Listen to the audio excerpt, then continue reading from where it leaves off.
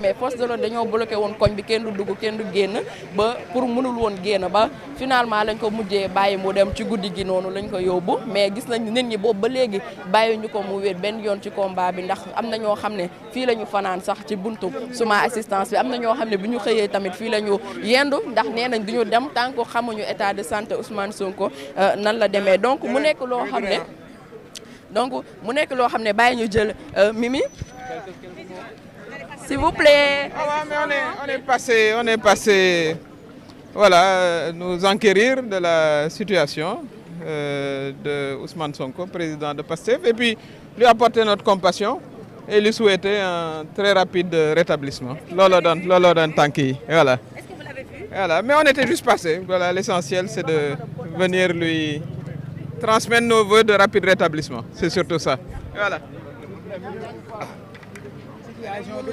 Non mën na ñàkk de.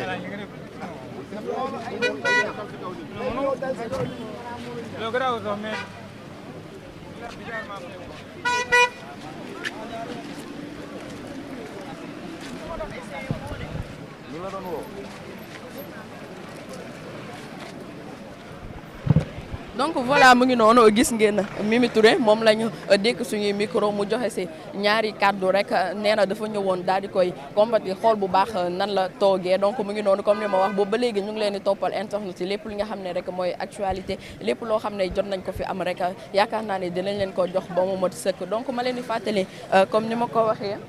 donc ma leen di fàttali comme ni ma leen ko waxee ñoo ngi ci suma assistance benn jëmm nag moo ko waral muy Ousmane Sonko moom mi nga xam ne nag démb la doon wuy ji ci procès moom ak Mame Mbaye Niang donc ba finalement dañ ko mujjee renvoyé ba le 30 incha allah donc mu nekk loo xam ne nag ci yoon bi gis nañu ni nga xam ne moom lañ ko cakat-cakatee force de l'ordre yi xëccoo bi nga xam ne amoon na ci diggante force de l'ordre yi ak Guy Marius Sagna donc mais comme li ñuy wax rek bëri woon nañ bëri boo xam ne mënaluñ ko dara ba ñu mujjee ko jël daal di koy yóbbu ca tribunal bi mu demee foofu tamit gis nañ li ko fa fekk ba kii bi procès bi dañ ko mujjee renvoyé ba le 30 mais comme li ma koy waxee bi mu delloo këram la xam ne wérgu yaramam lim ci sentir ni doy na waar nekkul loo xam ne lu naturel la donc liquide bi nag ñu ngi naan dañ ko empoisonné boobu ba léegi kenn amu ci lenn loo xam ne lu ñu leer dégg ngeen patriote bi sànq muy ñaan à ce que ñu delloo ko li nga xam ne moom mooy passeport am pour que mu mën a dem extérieur daal di faju ji bu fekkee ñoom gis nañ ni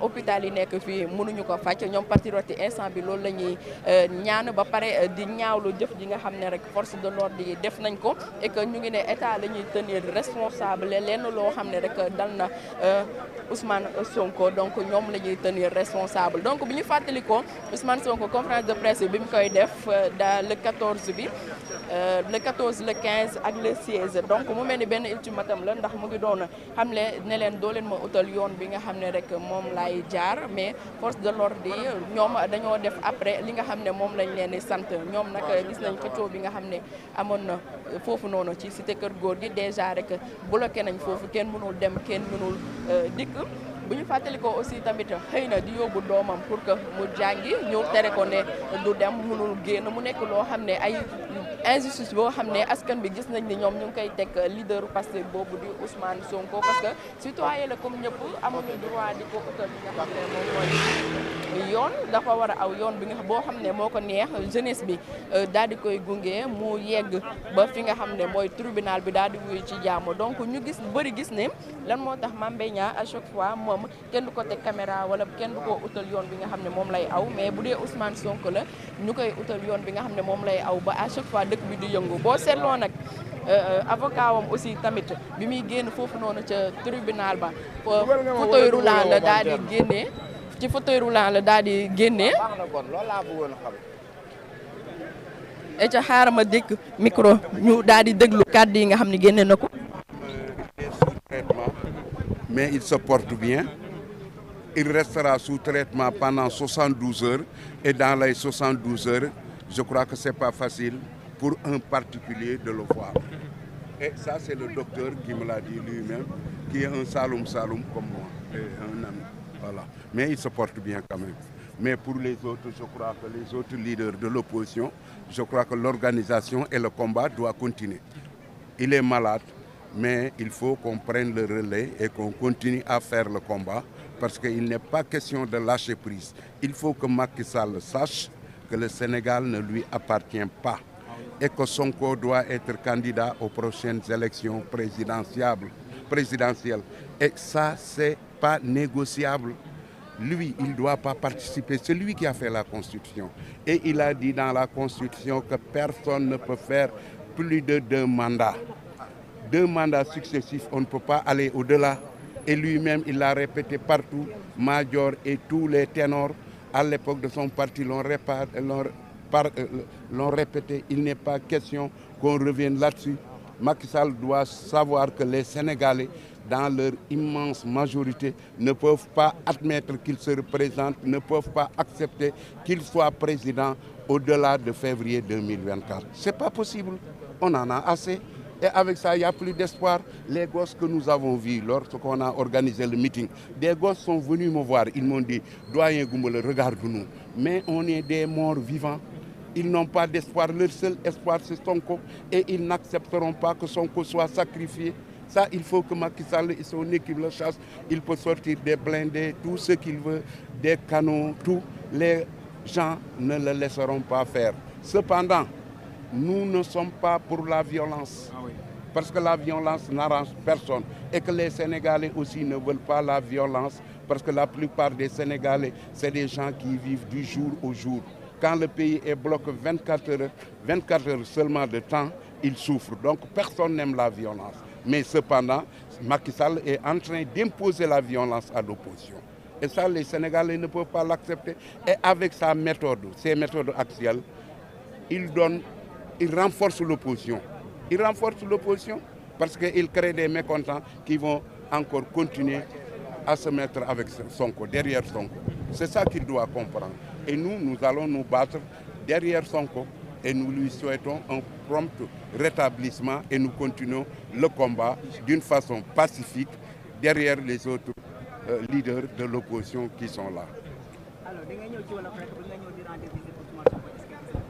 gisuma ko mais dem naa ba gis docteur bi koy traité mu ne ma il est sous traitement pour 72 heures. Dans ces 72 heures là, il faut le laisser au repos et au calme. Il prend ses médicaments et vraiment xéewal la maanaam dara kii maanaam daal y a rien à craindre pour lui pour le moment. waaw mais nag il prend ses médicaments, il est sous traitement pendant 72 heures. Ça fait combien? 3 jours hein. waaw kenn mënu koo gis sauf les intimes, la famille. Mais nag alhamdoulilah, il est sous traitement, il est conscient et le traitement est efficace. Équipe médicale bi ko yorit équipe médicale la boo xam ne bii c'est des médecins qui connaissent leur boulot, qui sont yoo xam ne yi ñu ngi ko jàpp di ko dimbali nañ ko war a dimbali. Donc alhamdulilah daal alhamdulilah foofu lañ toog ñun nag li ñuy laaj Sénégalais yi ak jeunes yi ak ñëpp l'organisation moom et la pression sur Macky Sall nañ ko continuer mais d'une façon pacifique. ndax Sénégal fii mu ne buñ bloqué réew mi rek pendant 24 heures il y a des Sénégalais qui souffrent. Donc il faut penser à ça. Et moi je souhaite que les jeunes lu ñuy def it bis yi ak alali jàmbur yi ñu moyu ko parce que ça ne mène à nulle part. di lakk bis yi dégg nga di lakk magasin jàmbur yi vraiment man bu ma sañoon ñu moyu ko parce que ça ne mène nulle part. Cependant nag on peut continuer le combat mën nañoo continuer combat bi mais d'une façon pacifique. La mobilisation continue. Ousmane moom il sera candidat par A ou par B et Macky Sall ne peut pas être candidat. ñaar yooyu rek la Macky bu nekkul candidat Ousmane nekk candidat mu jeex loolu dongo fi ne leneen newu fi. Mais bëgg ne Mame Mbaye Niang Ousmane nee na ko nangam un discours politique mais lu ne nga ciy wax. On fait tout le temps des dérapages dans des discours politiques que ça soit le président ou un autre discours fii ngeen ma wëree rek mën naa fi def dérapage parce que damay improviser booy improviser def dérapage loolu ñu ne kii du nekk candidat parce que nee na ngóor sii nii mais yëfi caaxaan yooyu mooy lan non Sénégal yi nekkuñ foofu na fa génn Sénégal yi nekkuñ foofu na fa génn te bàyyi caaxaan yi. moom il dit qu'il est majoritaire mais na ñëw ci terrain bi par la voie des urnes et que gosses yi ñu war a bind nañu leen bind les primo-votants bind leen jox leen seen carte buñ ko defee jàmm na ñooyi mais bëgg fee def dictature lu Senghor defut Abdou Diouf defu ko Ablaye Wade defu ko nga ne da nga ko def et ñu jaayoon nu Macky Sall ne nu Macky Sall il est né après l'indépendance man mi jugu avant l'indépendance damaa ko tànn ndax maa ko gën a nekk démocrate voilà loolu laa amoon lu may wax jërëjëf mu cax xew merci Mamadou Goumbala jërëjëf